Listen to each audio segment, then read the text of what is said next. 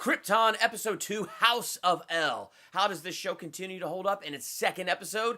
Let's talk about it.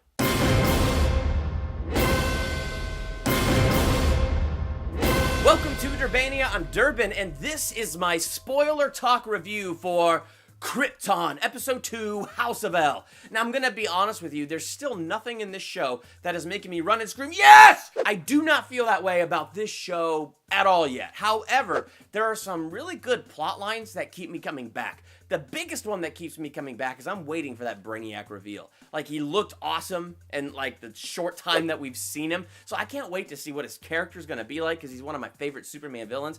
I can't wait to see the conflict that he's gonna bring to Krypton. Will this unite them just temporarily to fight this guy? So I'm curious to see what's gonna happen. But what got me more curious was the fact that Adam Strange and the barkeep dude, they went out there and they found, like, evidence of things falling from the sky, and they found that, I don't know, orb thing, whatever it was, that Brainiac shoots out, and Adam Strange is like, he sends these things out when he finds a world that he wants to devour.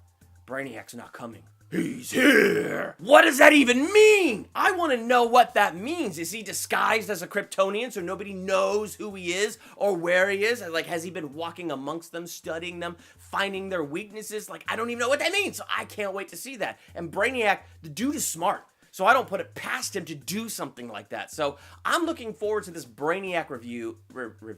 Yeah, I am going to review him, but I'm looking forward to the reveal and where we're going to go with this character, so that's really cool. Seg-El was the next thing that was kind of nifty in this episode. I mean, you know, he's going through a lot right now. His future father-in-law killed his parents. That's not good. So he's dealing with the fact that he wants to take vengeance. He's dealing with the fact that there's this dude claiming to be from the planet Detroit from the future saying, destroy this invisible threat so your grandson could be the greatest hero in the universe. It's like, how do you take that? And so he's like, fine, prove it. And so, you know, he gives Adam Strange the chance to actually prove it. So, yeah, all that stuff is kind of interesting and yada, yada, yada. But the thing that was the most interesting to me is when Seg-El is in the fortress and he figures out, you know, cut his hand and let his blood drip on the House of El crest, and then it's going to turn on the computer in the fortress.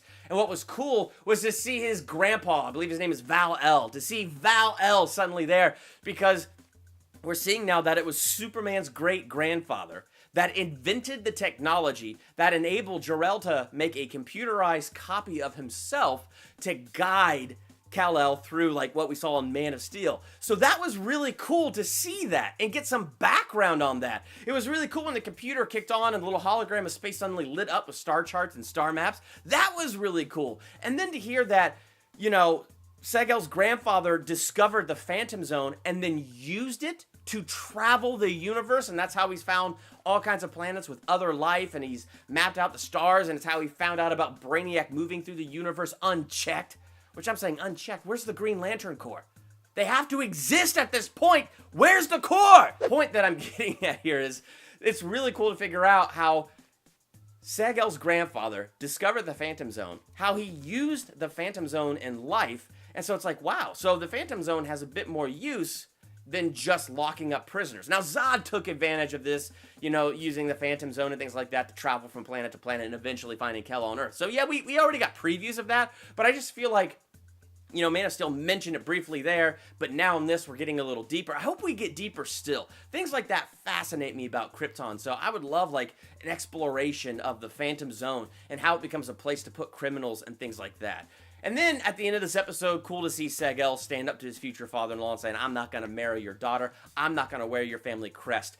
Give me a science crest, but I'm not going to wear your crest. And then, you know, the Raoul guy, the religious guy with the many faces, steps out and he's like, that is acceptable. And then he turns to the father-in-law, you want to control him? This is how.